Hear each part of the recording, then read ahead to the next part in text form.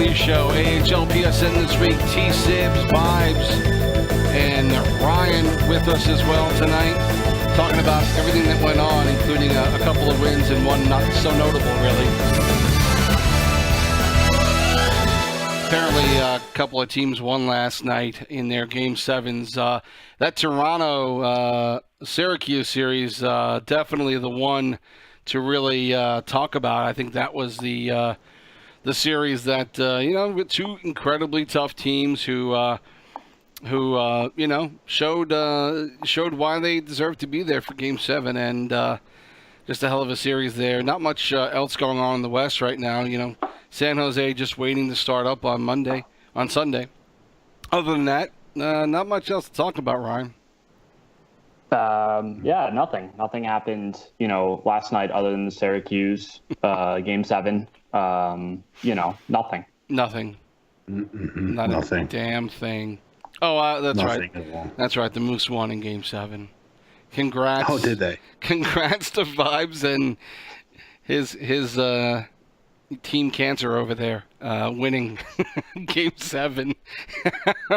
Wow. Listen, if you want to word with GM Vibes, I'm gonna have to go get them. So just let me know. Okay. We'll get to GM Vibes in a minute. We're gonna first, before we keep on going on here, take a look at the playoff grid, and of course, as you know, the Moose beating Cleveland last night. 4-1 in their final game, taking that series 4-3. Meanwhile, San Jose has been waiting after blanking out Texas. A bit of a surprise there to me. We'll talk more about that in a minute. And, of course, we mentioned the Crunch knocking off Toronto. A bit of an upset there. As good as the Crunch are, I think a lot of people thought Toronto was going to be the team that might play Hershey. Unfortunately, neither one of them are there, since Springfield was able to knock off the Bears in 5 games. And that probably, to me, guys, and we'll start off with this right away, to me, that is probably the biggest surprise of any of them, is Hershey getting knocked out in 5 games. Springfield's a really good team, but Hershey still had plenty of good talent on there. They went with that line of Dupe, Swagger, and Nismo, and Moose and Net. D-Mitch back on defense. They had a solid squad out there, and Springfield able to nullify them and take that game. And it was, it was an interesting Game 5. I'm sure y'all may have seen the highlights somewhere along the way, but the ability of the Bears to tie it up with .2 left to go in that match. And then, of course, Springfield late in overtime, putting themselves ahead in that one. To me, guys, and I'll start with Ryan, I think that's probably the biggest upset so far I've seen in the playoffs. Absolutely. I couldn't agree more. I didn't see it coming. I don't think anyone really saw it. Well, looking at the community voting, 13.7% saw it coming. But, nuts. I really thought the Bears were going to be the team to face off against, whoever came out of the Atlantic. Obviously proven wrong. Vibes, how surprised are you of the Thunderbirds? I'm so surprised that I'm waiting for the punchline. Like, I'm waiting for you guys to be like, oh yeah, right, yeah, sure, they won. Look, let's just be honest. Ryan said 13% of the community voted for them or something. Well, I don't know how, because I didn't give them a prayer in the world. And I don't think many people did. I'm pretty sure everyone figured that the Bears were going to just come out of that division and have to take on probably the Marlies. And surprise, surprise, not only did they take out the Bears, but we also have another shocker in a different division. Not as big of a shocker, but just proof that you never know what you're going to get in the playoffs, to be honest with you. But to be fair, I've kind of been in a GM role for the first couple weeks of the playoffs here, right. So sure. I'm sure if I was in full analytical mode, I probably would have picked them. Wow. Can we speak to the vibes that posted in the on the LG site, the Respect Cleveland post? Because That guy, I mean, congratulations to Big Freeze, Durham, Siege, T-Ball, and every single monster on the Cleveland Monsters roster for an amazing season, tough series, and successful playoffs. You guys built a ridiculously good team, had a ridiculously good players, and challenged us in every facet of the game. I wish you all nothing but the best moving on. Respect from Vibes, Pitch Swagger, and then the entire Moose team. And then gang at the end. Where is the nice guy who wrote that? Or Who Believe it or hijacked not- your account is my question. Believe it or not, that is GM vibes. Believe it or not, that's GM Vibes. Yeah, because I think tied to the fact that, listen, I believe in sportsmanship and gamesmanship, and when you see me doing whatever I'm doing in the form of quote unquote GM vibes, I'm not going to say that anymore because I feel stupid every time I say it. But when you catch me in my GM form, and I say whatever it is that I say, that's all in the name of sport. I understand it's a video game and it's a hockey game and everything like that, but hey, this is the closest that I'll ever get to any sort of an NHL career, quote unquote. So I make the most of it and I try to enjoy it as much as I can. But that side of me is just the gamesmanship. And then when the series is over, you think about real hockey, and when the series is over, I think one of the most sacred things in hockey is the handshake line. I try to carry that same sort of thing with me when it comes to this virtual hockey world that we all play in and live in. And, just like that handshake line is sacred, I think that after a playoff series in LG, the handshake thread or the congratulations thread or whatever you want to call it is also sacred ground. And I don't think that anyone has the right or should disrespect that. Everyone played as hard as they could and they wanted to win. And, one team has to win and one team has to lose. And the one that does win, I think it's your responsibility to extend that and to wish the people that you played against a good game, a good series, because they tried. You got to remember that. Yeah, I've seen different teams do different things. I don't necessarily. I know there are teams that want to wait for the losing team to start the thread, whatever it is. Look, you're an adult. just extend a hand. You don't have to wait for another team to start a thread or be the whatever the case may be. Just it's a good good series. You congratulate the other team whether you won or lost. You move and you move on. There's no reason to wait for certain things to be happening before you send out your thread. Well, I got to hear from them first before. It's just. To me, that's just ridiculous. Just do it, and you did it. You personalized it nicely, and I think I'd like to see more teams do that. Yeah, so would I. I agree. I think that once the series is done, I think that, and I think it falls on the responsibility of the winning team. You know what I mean? It's just my belief, and it's how I feel. And at the end of the day, I guess if you don't want to do it, that's fine. That's your call. If you want to be a little fucking prick, then so be it. But I just feel like it's the way to handle yourself as a man. Sure. Yeah, I have to agree with that, Ryan. Yeah, I mean, you covered it all. It's all about just being, having respect and, good sportsmanship. Everyone loves sportsmanship.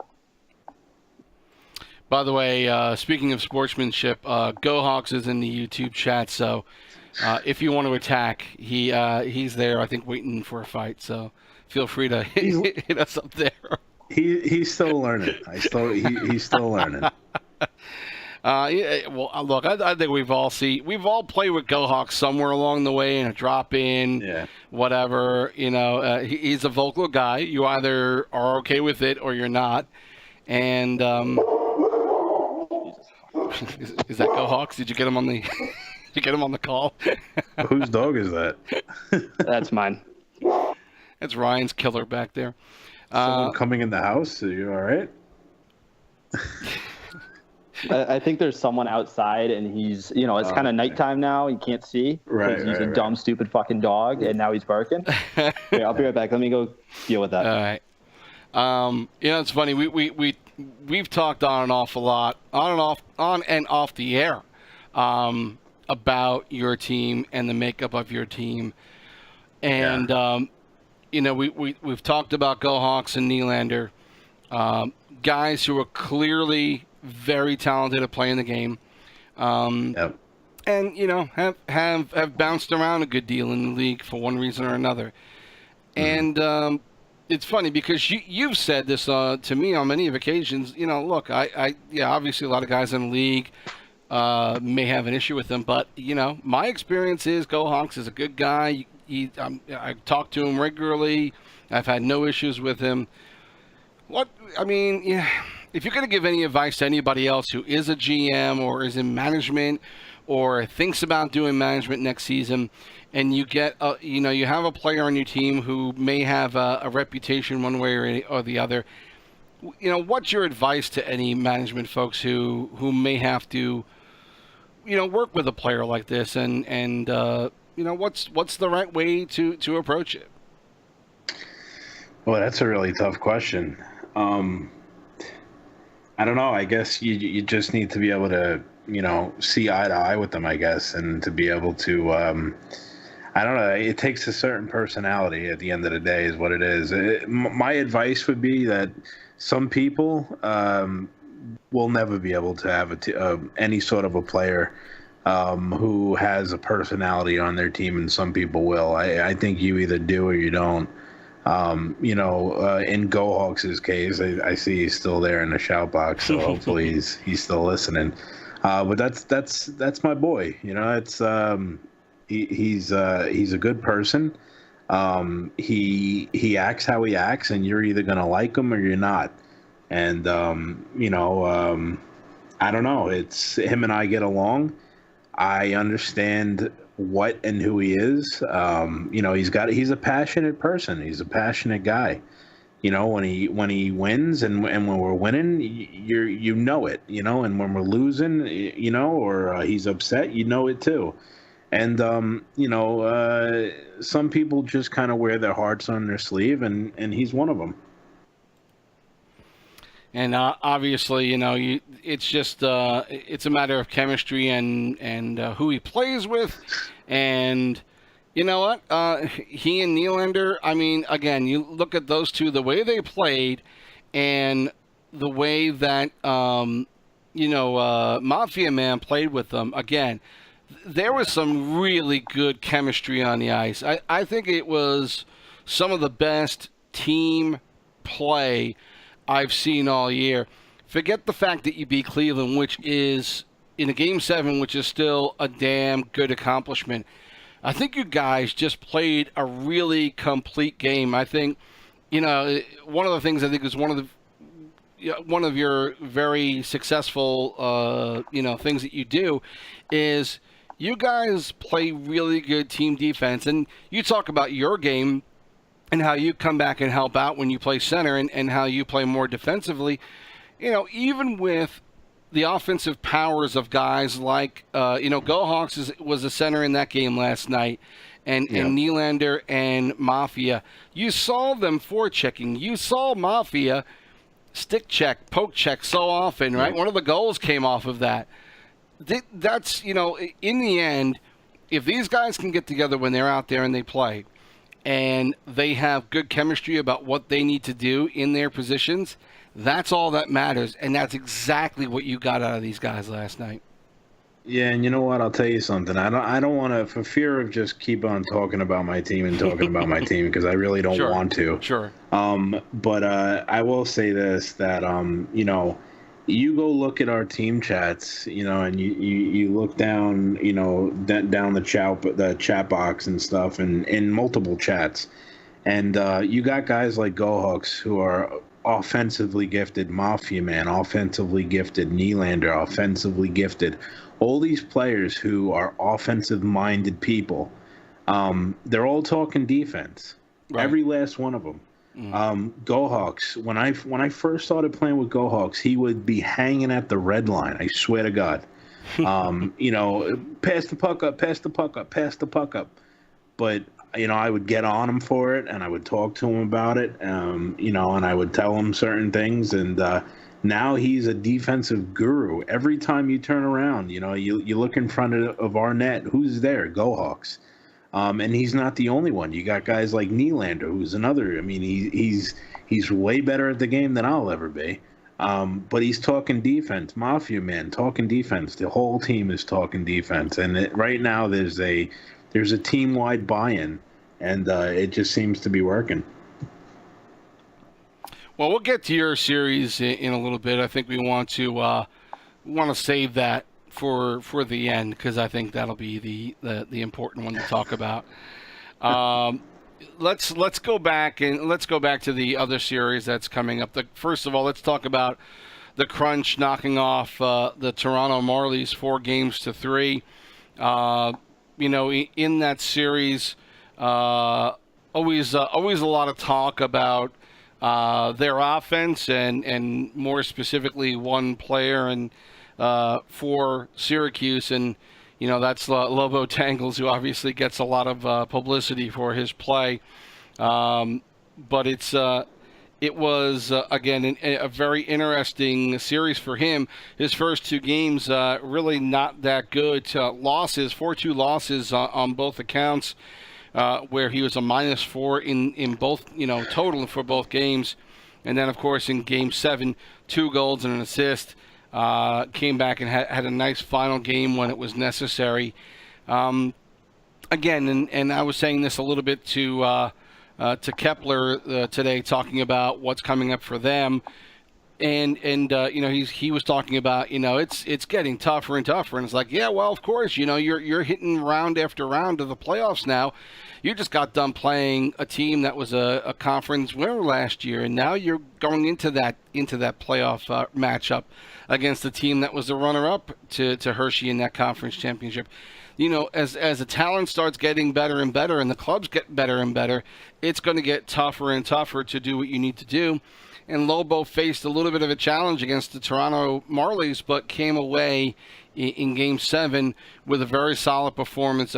Again, really good forechecking by a forward in that game, and he helped that team get over a Toronto team, in my mind, Ryan, and I don't know how much you got a chance to look at these games, but a Toronto team that I felt like on paper definitely had the better squad. Great defense, great goaltending to me, and it almost always wins games. I mean, we saw the Heat do it last year with great defense and great goaltending. I feel like Toronto absolutely did not play up to their potential, and I don't know if it's because they weren't taking Syracuse seriously enough, or if Syracuse was just doing enough of the little things right, like forechecking, like a little bit of a zone trap, to make it a little more difficult on Toronto, because early in the series, it looked like they were going to be in hand and maybe win this in 5 or 6, but the Crunch stuck around, and it seemed like they were just trying to be opportunistic, waiting for their chances, and when they got them, they capitalized on them. Yeah, I mean, I got to agree with you in that I thought Toronto, on paper, was the better team. Not saying that Syracuse wasn't, terrific, but it looked like Toronto definitely had an edge in terms of talent. However, I thought that Syracuse, I did get a chance to watch a couple of the games. I thought Syracuse did a good job, especially lines other than the Lobo line. Not saying that, that Game 7 wasn't huge. However, right. The rest of the team definitely picked up their play. You had Toffoli, who played out of his mind during the series. You had Leroy 420, who had a pretty good series. Crazy. I thought that the tenor, Mr. Tryhard, was going to be the great, equalizer. They ended up losing 2 games. The first 2 games they played in. So it was definitely more of the other guys coming in and picking up the what I would think is the first line. I thought the Game 7 choice of personnel was kind of interesting to look at. You had Nazi and then Lobo, the two best players, but they were 0-2 up to that point. Right. And then they changed wingers and put Toffoli next to him, who had been ripping it. Also interesting to see them put, Mr. Tryhard out there with Crazy. Crazy had again, one of the guys that was ripping it and changing that, Tenor had been playing there previously. It was kind of interesting to see that personnel change, and it obviously worked out. They played a really good game against the Marlies in that Game 7. And Vibes, we watched that game last night, and Ryan mentions Toffoli again, such a huge key. That front line, I felt like I was almost watching a bit of a replay of what we saw at your game a little bit earlier that night, where the forward line was attacking, was constantly moving, forechecking hard. Toffoli seemed like he was all over the ice, Dangles as well, and they just worked to make their own chances. I'm not sure that they dominated quite as much as you guys did last night against Cleveland, but the Crunch, had that kind of a game where they really were probably more in control of Game 7 than they were in any of the other games we saw with them. First of all, I'm glad that Ryan's okay. I was starting to get a little worried about him, but I'm glad he's back. They were really good. And I mean, what Nazi ended up doing was he basically, Biggie was talking about it a little bit last night, where you kind of use the same line, but then you spice it up a little bit with Toffoli, because in previous games, Toffoli wasn't on that line. So I think they ended up slapping Toffoli on a wing, if I'm not mistaken, or maybe he played center, but I think he played wing. And it added a little bit of, just a little extra onto that line. And they didn't really lose much in terms of chemistry, and they were able to do a far better job than I thought, honestly. I mean, I had the Marlies winning that game, and if you remember before the game, I actually said they were going to shut them out, and surprise, surprise, but dear old Vibes was severely wrong, because not only did they not shut them out, but the Crunch were able to beat them and beat them pretty convincingly too, with a 4-2 score. So, all credits to them. They were able to take it to them. And so the Crunch moving on, and we've talked a little bit about the Thunderbirds, and there's a squad that again, Hershey. I always have a lot of respect for Swagger. He knows very well what he wants to do from the beginning of the series, and he went ahead and put out a nice, pretty solid line in that fifth game to try and save it, and I think that talks to how much Springfield has improved over the season, and really they it was a tough game, obviously a game that they had a 5-2 lead in, with Hershey coming back, storming back. Jack Dupe playing a big part in that comeback, couple of goals, and then, of course, the assist on that game tire with 0.2 left to go. And, again, Hershey started coming back in that game, and I started to wonder, all right, maybe this is the wake-up call. Maybe about ready to get knocked out, down by 3 goals is the point where they started to get things together.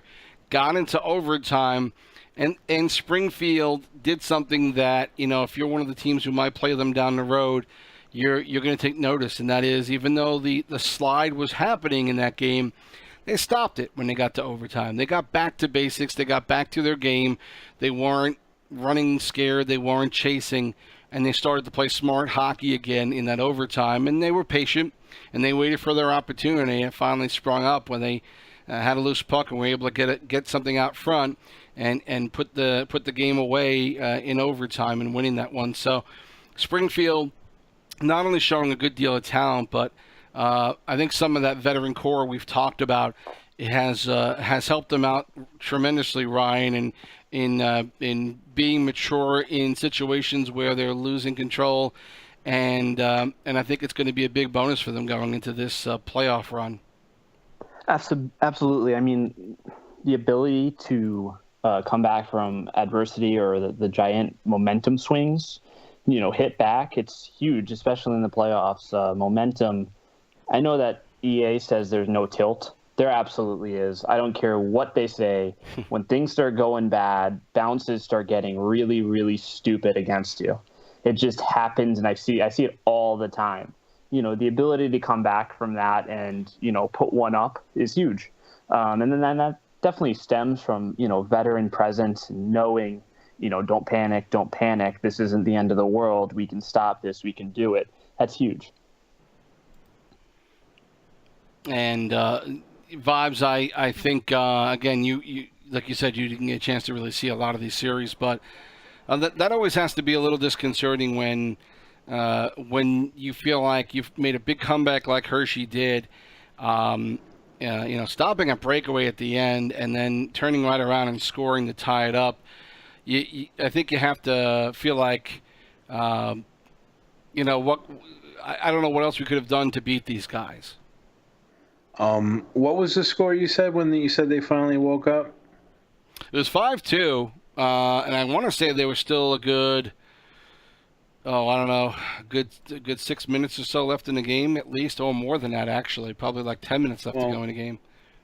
You're down 3-1 in a series. You're down by 3 goals in the game, and you finally suddenly decide to wake up at that point. I mean, not only did you miss the bus, but you're walking in a third period. I mean, people are getting ready to go to fucking lunch, and you're just waking up. It's a little late by that time. Your time to wake up was way before that. So, good try, I guess, to try and make it even and come back somehow. But way too little, way too late. And shit, man. To me, this is just as much the T-Birds winning a series as it is the Bears losing a series, because, this is a team you should have beat. Let's just be honest.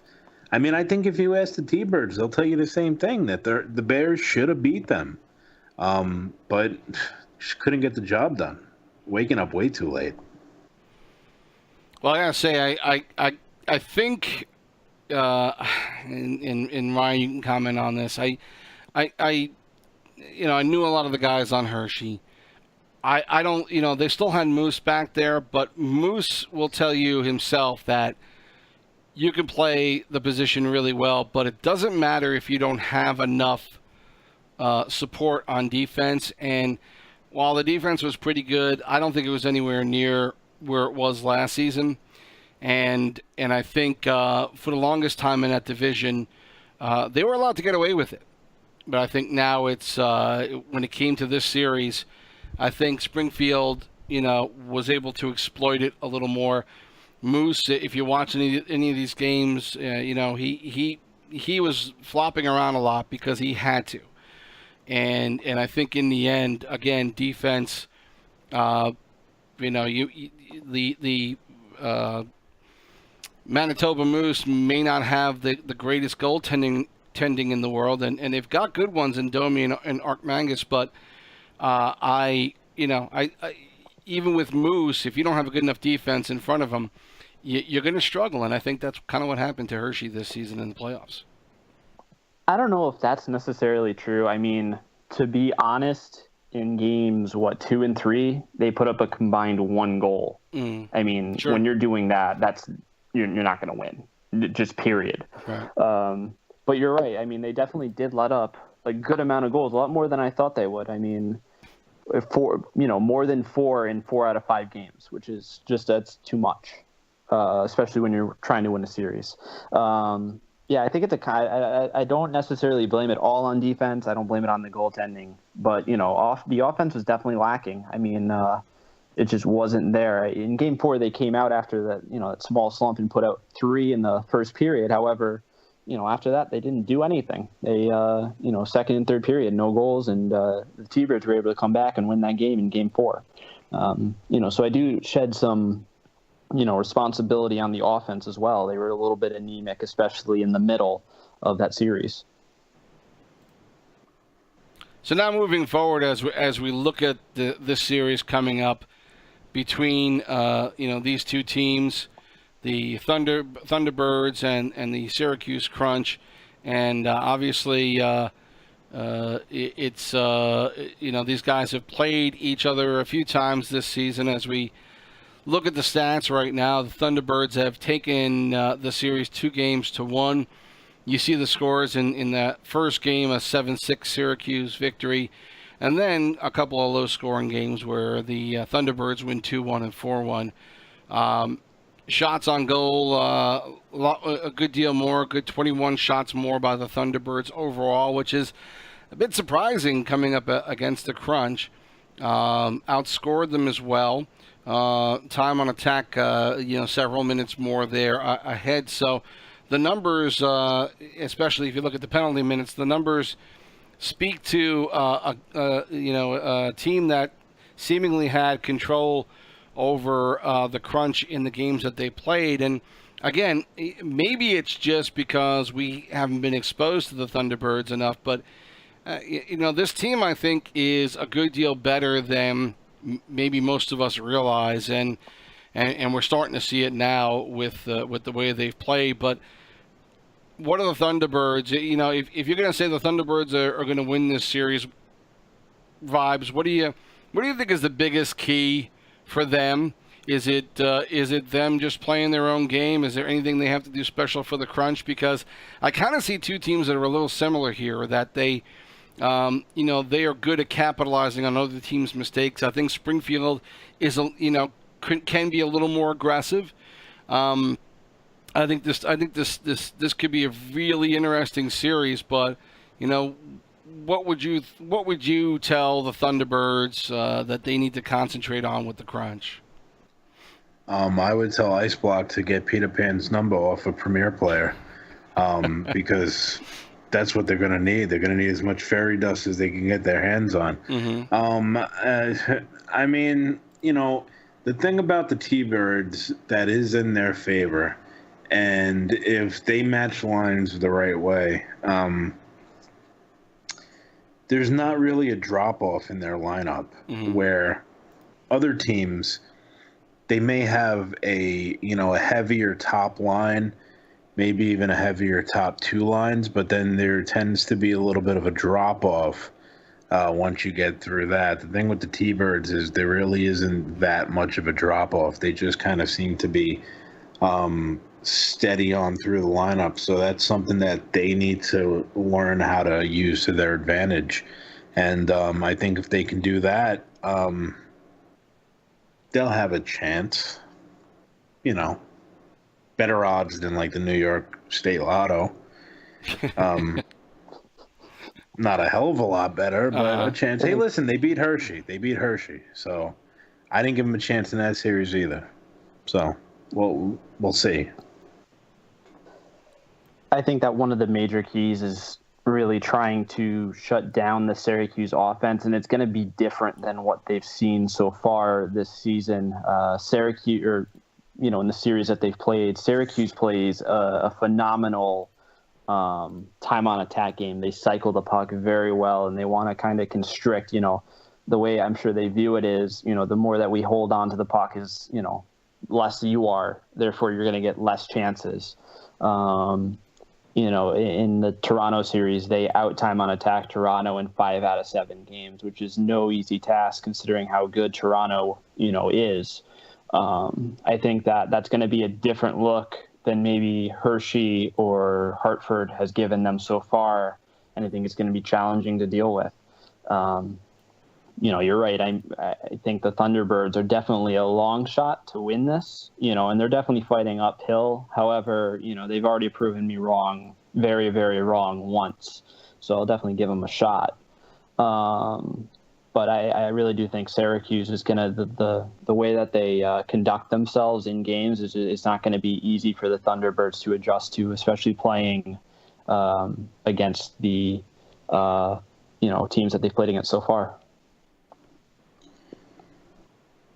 Thunderbirds and the Crunch again. You look at what these guys have done against each other in the series. Afro Samurai has 5 points in this series. Magic Mikey, some guys who have played along the way. Lobo has the most points in this series with 6 total, 2 goals, 4 assists, and so that will be, we'll see whether or not he keeps that up. I want to talk a little bit about goaltending though, and one of the better matchups I think we've seen between two teams in this one, and for the Thunderbirds, Bacon Weave is, he went up against a really tough Moose on the other side in the last series, and certainly did incredibly well against a tough Bears team. McGann is the other goaltender there, and he has been solid in playoffs for other teams in the past. Slatter and DC Lumpy playing for the Crunch, and DC Lumpy vibes. You're familiar from right from the beginning of PSN. Lumpy's been around for a while. He's a good goaltender. I think he has found a really good slot right now in NHL 17 and is playing this game incredibly well the last half of the season, and could be one of the keys in net. If Lumpy plays as well as we've seen him play, as well as he did in Game 7 yesterday, and really gives them a solid backstop in the playoffs, I think Slatter has done well as well. I think we have a good goaltending matchup, and I think Lumpy might be the key in this one. Yeah, I mean, he's been good. He's been around for a few seasons now. And, throughout the duration that I've been around, he's always been looked at as a pretty, substantial goaltender. I mean, I personally at one point was not that impressed with him, but he's always kind of retained the stigma of being a good goaltender, and he's proving that now. He's showing everyone that he's got what it takes, and he's really added to that tandem over in Syracuse. However, on the flip side, I mean, if I was looking at goaltending in this series, I would actually give the edge to the T-Birds. Mm-hmm. I think between McGann and Bacon Weave, they have the slight edge in goaltending. I mean, McGann is a NHL caliber goaltender. He was actually, I actually traded for McGann, and I tried to get him to my TC, mm-hmm. Because at the time I had all the goalies I needed. So I actually tried to pick him up in a deal with I'm not gonna say any names, but a really stupid GM, and he basically gave me McGann as like a throw-in, and I the thing was I was gonna try and get him to my TC because, like I said, we were good on goalies, and it didn't quite work out, so he ended up over there with the T-Birds, and he's been good, and he's always been a good goalie. So I would give the slight edge to them, actually, in this one. Well, I tell you what, this is an interesting series, and I hate to say that a team that's been hot, that might be a little bit of a Cinderella story in Springfield. A little bit. Yeah, well, I guess compared to what we see in the rest of the series, I guess they are the Cinderella right now. Get the fucking glass slipper because it fits. That's Cinderella if I ever seen one. Well, Cinderella may get run over by the coach this week. I like this team a lot. I like a lot of the guys on the squad, but I'm incredibly impressed with the way that the Crunch have played so far in the playoffs. What they did against Toronto is phenomenal, and I really do think that they will continue to get better. I think these guys are gelling more and more as the playoffs come, and again, as you play good quality talent every level, you just get into a groove, and I think right now they're in a groove. They may not have been there before they played Toronto, but they're there now. And I think I think Toronto, to me, has the advantage in this one. We'll give the games at the end here, but I'm sorry. Syracuse has the advantage here, and we'll talk about that in a minute. But I just think in the end, with their offensive power, while I think Springfield has the advantage, maybe on defense a little bit, maybe goaltending. I think Springfield has the advantage, but I just think it's overpowering offensively for the Crunch, and I think that's going to be what Springfield is going to have to worry about, is how to slow these guys down and how to slow Dangles down, and what do you do? I think you almost feel like you have to put a defender on either post when he's behind the net, because he is that quick and that slippery. We saw that yesterday in Game 7. And, how do you, other than that, they better get centers coming back. Whoever's playing center opposite Dangles better be coming back and playing the slot on defense, because that's going to be a nightmare for them if they don't be ready to clog up the middle with some help from the forward line, and let the defensemen worry about the guys who are down low, the guys who are cycling behind the net. You can't let them roam free completely. If they let the Crunch do that, they're going to have a very short series. And so I think that's going to be a very tough thing for them to have to deal with, and they might. But I'm not putting my money on them right now. I think the Crunch should probably have the advantage in this one. Well, again, we'll give the game count once we're done talking about all these games. Well, all these games, all two of them. But let's get back. Let's get to the other series, and that is the San Jose Barracuda, who have, oddly enough, have beaten the Moose 3 times this season. And they are taking on the Manitoba Moose, a team that, certainly doing better than I think a lot of people thought they would. I wouldn't call them a Cinderella, though, because your team, Vibes, has been solid all season long, made great strides to get up as far as you did in the standings. And now looking back at these games, obviously, 3 losses for your team. What went on in those games that you could point to that you think, is something that you guys have to look at and consider? Is there anything going on there? I know you had a few ECUs playing. I think you had an ECU goaltender for one of these games. I think you had an ECU forward for all 3 of them. What did you learn from playing San Jose in these 3 games? It wasn't just that. It was the fact that so if you look at all 3 of the games, first of all, you could take game 1 and just completely throw it out, because I think there's maybe like 2 guys from that lineup that are still on my team. Right. And then you look at game 2, and I don't know, I don't have it up in front of me, but again, it wasn't just the ECUs. It was also the fact that you didn't really have guys who play together now. And have been playing together for most of the season. And then the 3rd game, which I was actually in, and I think they had one of their better lines or some of their better players in it. But again, it was a line that we just kind of threw together. I mean, I had Nylander on my left wing. I played the middle, and I had No Frills, who was an ECU right wing in that game, on my right side. And, it just... I don't know. It's just they were all ragtag, makeshift, throw together lines mixed in with ECUs. And if I was gonna say anything, I would say that I wouldn't look into any of these 3 games to try and gauge how this series is gonna go, because they're no real indication of what this matchup is.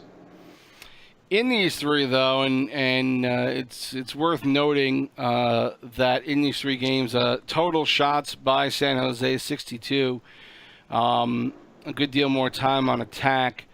I'm assuming there's going to be some defensive changes, maybe as far as strategy in dealing with San Jose again. An incredibly tough team. They're stacked from top to bottom. I don't think there's any question about that. What do you, how do you deal with guys, on the squad Duck's not only a damn good GM, but a really good player. He's 3-1 in the playoffs. J-Cap, 2-1. He, as one of the assistants. They've got Squid on this team, of course. Patriot of Canada has been incredibly good in this playoff. 4 wins, 4-0 in this series. 9 goals, 12 assists. There's a lot of offensive power on this team. And, obviously without getting in too deep, how do you handle a team that has 3 lines that can hurt you, every one of them? What's the strategy, if any? Well, first and foremost, I don't want to take anything away from their team. They're a really good team. They got some really good forwards. And as you say, it's 3 lines that could put the puck in on you. However, at the same time, they do have more holes than a barrel of Swiss cheese. And I'm just going to be honest with you. There's a lot of exploitations on this team, whether they know it or not. I mean, if they want to, they can come see me and I'll tell them what they are to try and help them out.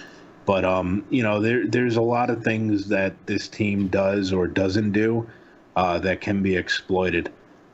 That being said, they are dynamic forwards, and you got to give them respect. I mean, I see Magic Man in the YouTube chat right now. He's an excellent player. One of my favorite in the league. I like what he does. He's exceptional.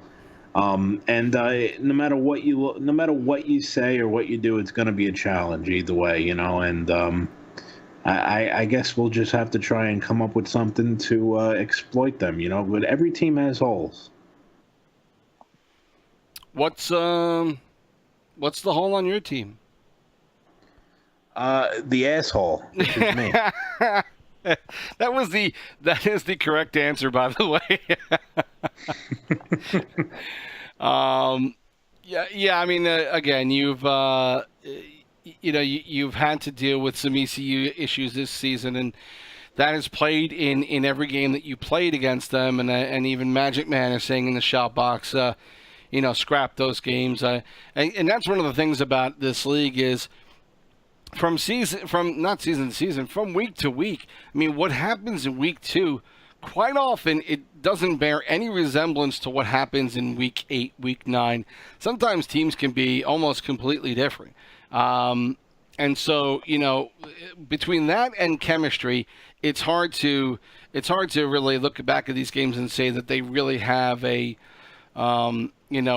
kind of bearing on what you might see in the playoff matchup, especially in a semifinal.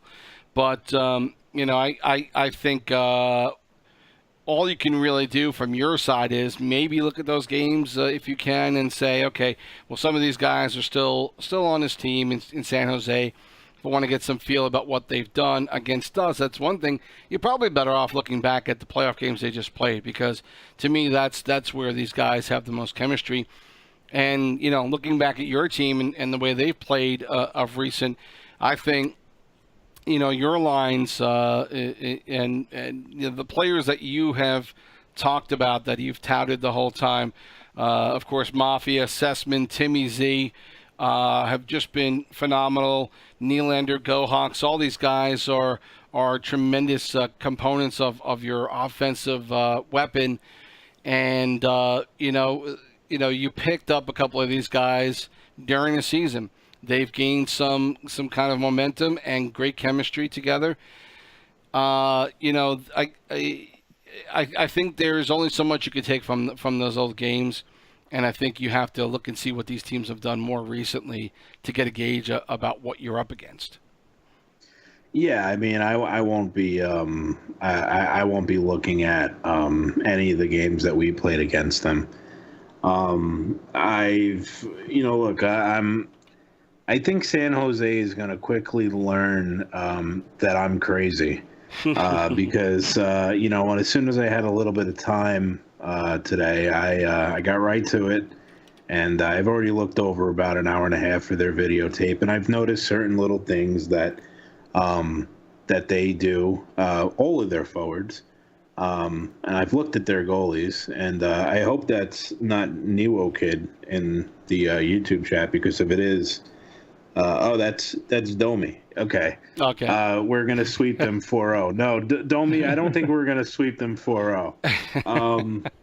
But I think we'll have a good shot anyway. Especially the type of work that I do, and I'll share some of the tape with my guys, and they'll go over things, and we'll know all their tendencies. And if they think they're going to learn ours, they're not, because we'll switch them on the fly. That's the one thing that my team is really good at, is completely changing the way that we approach things on the fly.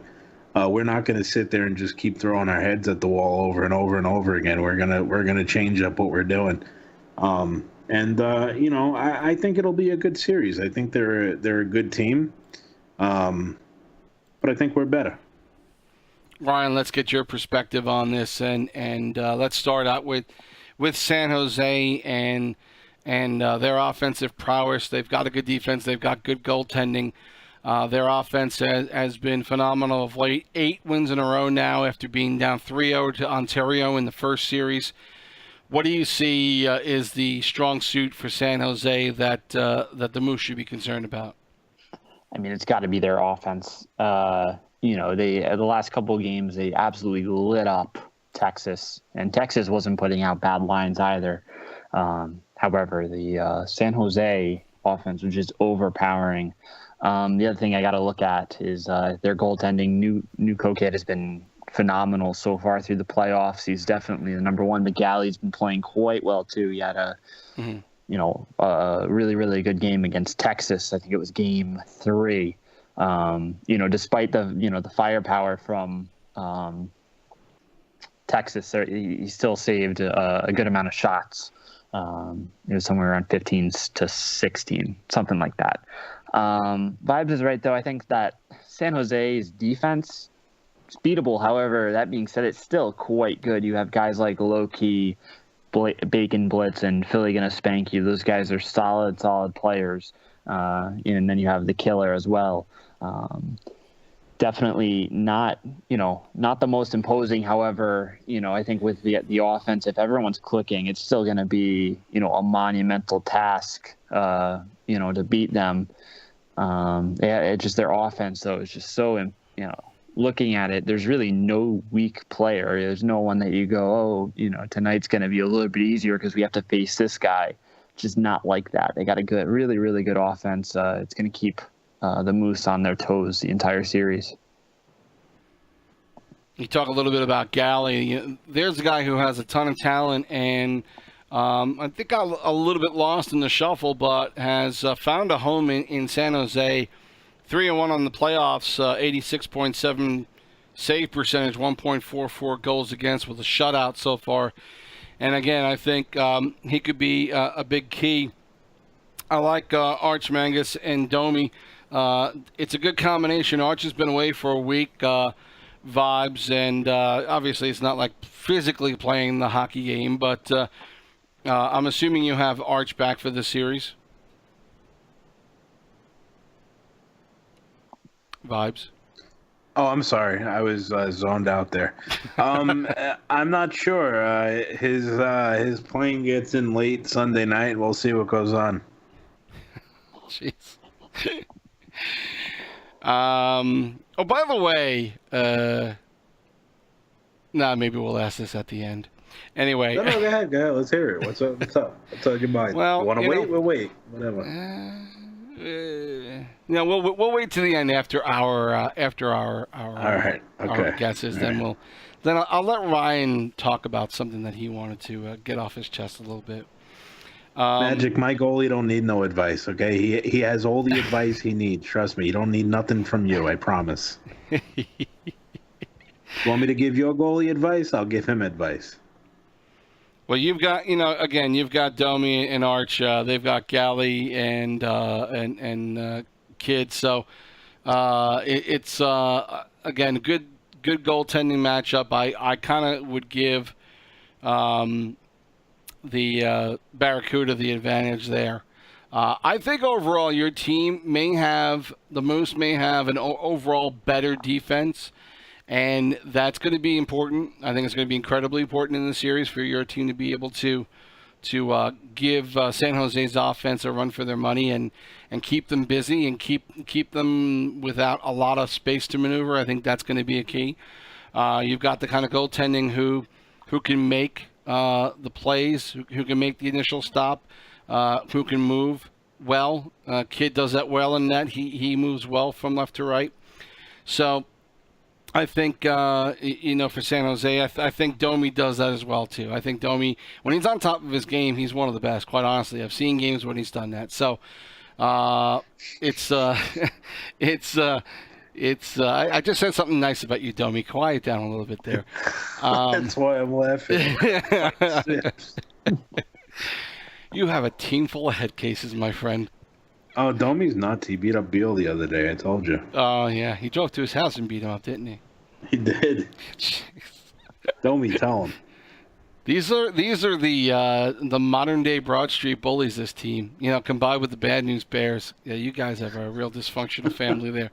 But I think your defense. I think the Moose defense is going to be critical. I think that's the key to this game. If you guys can do what you did to Cleveland, you're going to probably need to do it on a grander scale. But if you can do it, if you can keep them down to 3-4 goals, 3 goals, you absolutely have a shot. 4 goals, you still have a shot. Any more than that, and you're in trouble. I think that's going to be a big key to this. I will give my prediction in a minute, but and Ryan, you got in. Did you talk about this game yet? You did. Yeah, you just did. Yeah, I did. So let's get back to the first matchup, the Crunch and the Thunderbirds. Ryan, you have a pick for this? Yeah, I think it's got to be the Crunch in 6. 6 sounds good to me. I think that they have the more talent. I think that the game plan, that Syracuse is going to use, I just don't think Springfield's going to be prepared. I think that Springfield's going to steal a couple games. Bacon-Weave has been playing great, and McGunn is obviously a good goaltender. However, I just think that Syracuse is just going to they're going to press the issue, and I don't think that Springfield is going to be able to answer the bell. Vibes, you have a pick on this? I don't know. It's like, my knee-jerk reaction is like Syracuse in 4. But then I just think about it, and sometimes teams just kind of have the juice. And whether they're quote-unquote good or not good or whatever, things just seem to be working out. So I'm going to give Springfield a few games here. Mm-hmm. I think ultimately Syracuse gets it done. I'll take Syracuse in 6. I'll go with 6.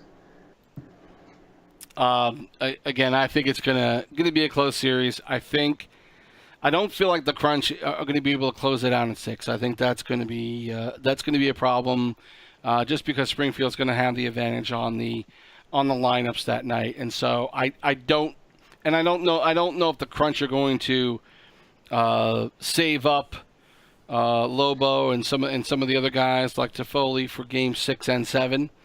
So it all depends on what goes on in the first 4, of course, but I think the Crunch will take it. I just don't see them taking it in 5. I think they'll take it in 7. So we're all in agreement about the Crunch, and you guys said 6 games. I said 7. We'll see where it goes from there. The other series, of course, San Jose and Manitoba. I don't know if you even want to talk about this game, Vibe, so if you want to bow out of this, it's up to you. I will be abstaining from a vote or a prediction or anything like that. So, good. You guys have at it. I tell you what, I'll go first, Ryan, and I'll let you get the follow in this one. Again, I do not believe at all. I do not believe at all this is going to be a 5-game series either way, quite honestly. These two teams are too good. This will be another battle. It will not go in 6 either way, I believe. I think it's going to be another 7-game series. In the end, though, I think I think San Jose's offense, unless they get incredibly frustrated the first few games, and that'll be the key. If the Moose can frustrate them and make it really tough for them, get in their heads a little bit, which, Vibes is, well, we're going to talk about that in a minute. He's really good at that. I think it's going to take San Jose a good amount of work to take the series to the end. But in the end, and I will probably regret this again, I'm going to pick the Barracuda in 7. I think that's definitely fair. I don't necessarily love the matchup for the Moose. I think that this is going to be the most dynamic offense that they've faced so far. Cleveland's was good, don't get me wrong. However, I think San Jose can bring it every single night, and I think that's going to be a lot for the Moose to handle. But I definitely do think that the Moose can punch back. They, have the ability to do so.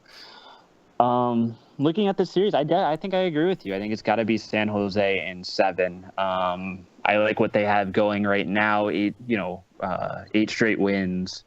Galley and Nuko have been playing great. They definitely do have some flaws, like Vibes was saying. However, I think that they'll be able to overcome it and win in 7.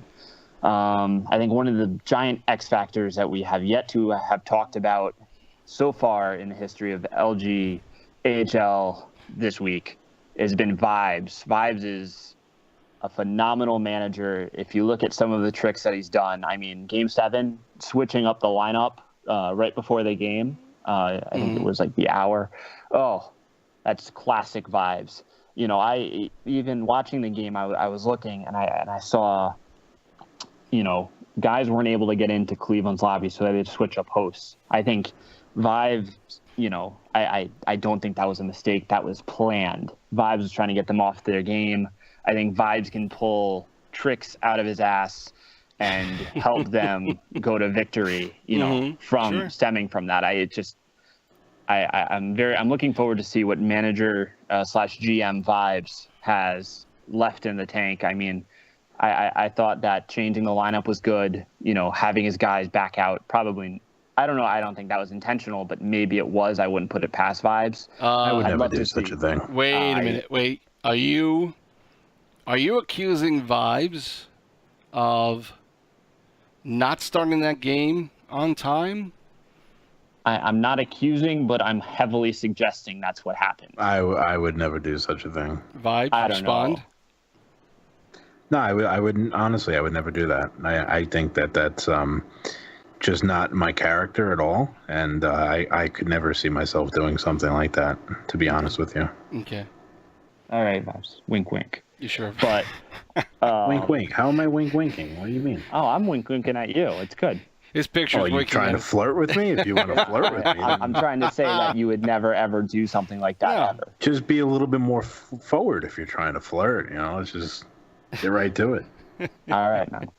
But I think that Vibes definitely he was quite good at matching up his team. I think that'll definitely help the Moose in this series. But again, I just think that the San Jose offense is just a little bit too formidable. Someone's going to be wrong. Someone's going to be wrong. Someone's also going to be right. Well, Vibes, someone's going to be wrong. Vibes, you might be wrong with us because as I just looked at the picks already for this game, you've picked San Jose in 4. Yeah. Even more surprising, Ducks fan Waterloo has picked the Moose in 4. That's because he's trying to emulate me, and it's just not going to work. Who picked first is the question. Okay. So I've been doing it all playoffs. This is what I'm talking about. Just a small jab. It's not. It's subtle. It's because from an analytical standpoint, you have to say the Barracuda have all the advantage, right? Mm-hmm. I mean, just look at the voting in the community. I mean, 92% of the people are voting for them. I'm pretty sure there's not a single person on the Barracuda that thinks that they're not going to win. I think in their heads they have to know they're going to win. Sure, of course. And they should have all the confidence in the world heading into this series. And they should just kind of take it for a given or granted that they're probably going to win this series, just like most of the community does. Well, your team has to feel the same way, I would think, right? No, we understand that we have the biggest battle of our lives in front of us, and no one's giving us a chance, and we're going to do everything in our power to somehow prove them wrong. But we understand what's in front of us. Mm-hmm. Well, those are we know what your pick is, obviously. Well, we said that it's San Jose in 4, so Yeah, we'll see if you're right. We'll see if you're right. Ryan, I'll let you go first. Any last thoughts about these upcoming series? It's hard. It's so hard to choose. I think that, so far we've been #blessed. I'm going to bring in hashtags. So far it's been very, very exciting. We've had 2 phenomenal Game 7s, last week. Right. Hopefully we get the same kind of action this week. I can definitely see one series going, down the wire to a Game 7. Looking forward to watching that. And even still the other series, I think it's going to be solid, good hockey played. Either way, I think the finals, looking forward, looking at the last 4 teams, it's going to be exciting. A lot of fun to watch, a lot of fun to comment on. Hopefully we get vibes for another week here, but I don't know. I think San Jose is solid. I tell you, before I let vibes go, I'll tell you one thing that should absolutely happen. And that should be that whatever the Moose do from here on in, I think a big bunch of credit. Talk about vibes, giving guys like GoHawks and Nylander a chance, and maybe even Domi a chance to play on this team and having to deal with them. Here's an even greater sacrifice was Dead Soul Rising giving Vibes a job to run this team. Having faith in Vibes to run a team, which quite honestly I thought was fucking insane. But it turns out that Dead Soul with that entire statement, that was yeah. I mean, who in their right mind would want a guy to run their team that's never missed the playoffs in any season he's ever run a team in? Well, I understand that part, but you're a fucking psycho, and so I figured, if I'm an owner of a team, who do I want running it that isn't out of their fucking mind? I don't know. I know your resume. I know you've been successful. I just don't know if I'm Dead Soul, if I would have wanted to deal with that. But you know what? He's a fucking genius, obviously. You guys give me way too much credit. No, I said Dead Soul. That's who I meant, not you. No, I know, but I'm saying you guys give me way too much credit. I mean, I'm a psycho. That's just really just way, way more than I could ever hope for from you guys. No. Sib said that. I think that you're like the evil genius is probably the better term to use. You're probably right. You saw to make me blush. Okay. I mean, you're the Go Hawks whisperer. But then the best part is that Dead Soul is the Vibes whisperer. Yeah, it's like absolutely. a chain of whispering into everybody's ear. Yes, we're all just whispering in each other's ears. You know what Dead Soul's strategy was? Just leave him the fuck alone. Let him do what he wants. That was his strategy. I think it worked well. Did a hell of a job. Yeah, so far. All right. Well, listen, guys. Thanks again for joining me on the show tonight. I appreciate you being here. And Vibes, listen, good luck. Good luck in the series. Do I don't get a last word? I thought I always get the last I'm sorry. word. Yeah. You get the last word. You're slacking with that, really. Like, Christ. Really? Is that... it's not... Look, you're... I think I've created... It's in my contract. It's in my contract. You got to read the bottom. A bit of a prima donna, I think. It's in the fine print, Sibs. At least it feels that way. All right, genius. Go ahead. Let's hear your pearls of wisdom. Nah, I got nothing. I'll just say that I told you guys that someone was going to be wrong last week when you guys picked the Monsters, right? Mm-hmm. And this week, someone's going to be wrong. Might be a few people being wrong about this. We'll see how this turns out. Be interesting to see what the vote is on this one. I think to this 92 to 8. Yeah, I think to this point, Vibes, you and I both know that people have voted against you just because it's you. I don't know. Maybe people will start being, maybe people will join your side. Maybe they'll say, hey, you know what? Just like the slow clap, they'll stand up and just start slow clapping, and rooting for you finally. Well, I'll tell you what. If I keep going, all right. If I end up keeping on going here, and I somehow stumble into winning this cup, I'm gonna take reservations for a spot on my dick. Is what I'm gonna do. All right. You're gonna have to make reservations to hang on to that thing. Well, I think on that note, we probably should get the hell out of here. Ryan, I'm a sweetheart, though. I don't know why people hate me so much. I'm such a sweetie. Ryan, thanks again. Appreciate you being here. Vibes, as always. Thanks for being here as well. Good luck next week. This has been AHL BSN this week. T-Sip saying so long, and we will see you again during the week for some playoff games, and then again Friday for the show.